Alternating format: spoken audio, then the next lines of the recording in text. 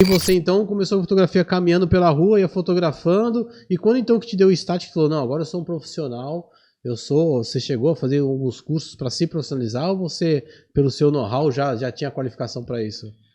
Não, eu não tinha know-how porque eu não sabia nada, assim, né? Eu não tinha uma noção. Eu comprei uma câmera, era F801 da Nikon e uma lente 28-70 da Sigma na época. Uhum.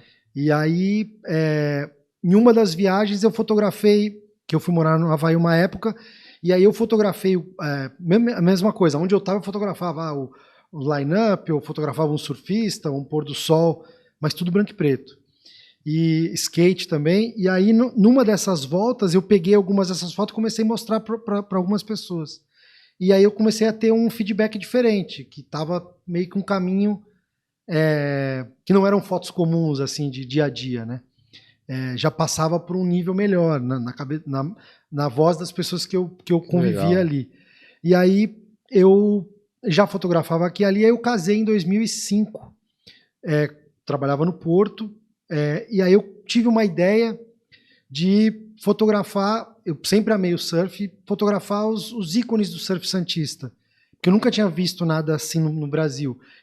Tava no comecinho da internet para mim, que eu tinha contato com isso, e aí eu via muita coisa lá fora de documentação da cultura surf e não a ação, né? O surf mais do que só a surfista onda prancha, né? Sim. E aí, mas eu não tinha dinheiro. Eu tava duro, tinha acabado de casar, não tinha nada, vendi o carro para casar, tava assim, bem no comecinho da vida mesmo. E aí um dia eu encontrei, voltando do trabalho, eu encontrei o Herbert Passos Neto. Sim. Na rua, ele parou o carro, a gente conversou, que eu só andava de bicicleta também. E aí ele comentou, o que tá fazendo? Eu falei, eu tô com um projeto, que eu quero fazer isso, mas eu não tenho dinheiro. Aí ele falou, o que você precisa? Eu falei, eu preciso de filme, e eu preciso revelar o filme depois e fazer o copião, né? Uhum. E aí ele falou, eu te dou o dinheiro, vê quanto que é, de vez em quando você passa lá. E aí ele bancou o Alma Santista, na realidade. Toda a produção do Alma Santista foi bancada por ele, né? Ele me dava, na época, acho que eram uns R$10 cada filme que eu comprava ali na Divisa, Tri-X 400. E aí ele falava, tô precisando de dinheiro para 5 filmes. Aí ele deixava na portaria do prédio, eu passava, pegava R$50, comprava, prestava contas para ele e tal.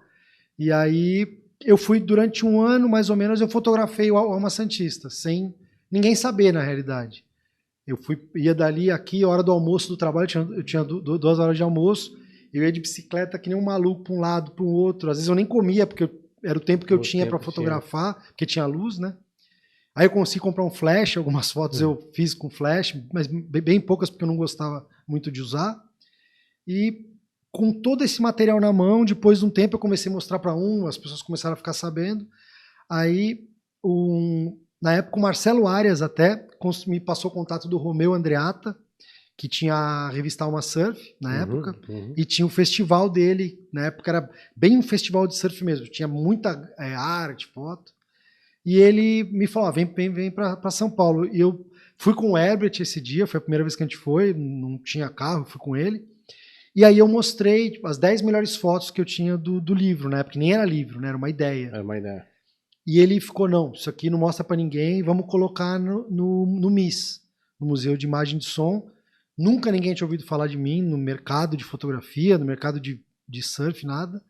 E aí ele me deu um espaço com 12 fotos lá, no meio de um monte de gente do mundo inteiro. Então ali foi meio que um lançamento assim no mercado, nem tanto editorial, porque engraçado que logo depois da exposição, antes de lançar o livro, eu mandei algumas fotos para a Fluir, para tentar publicar na época.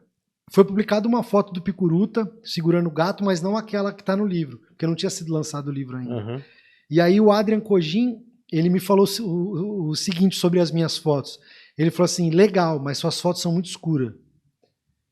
Aquilo para mim na época foi um soco, né? Tapa na cara, caramba, né?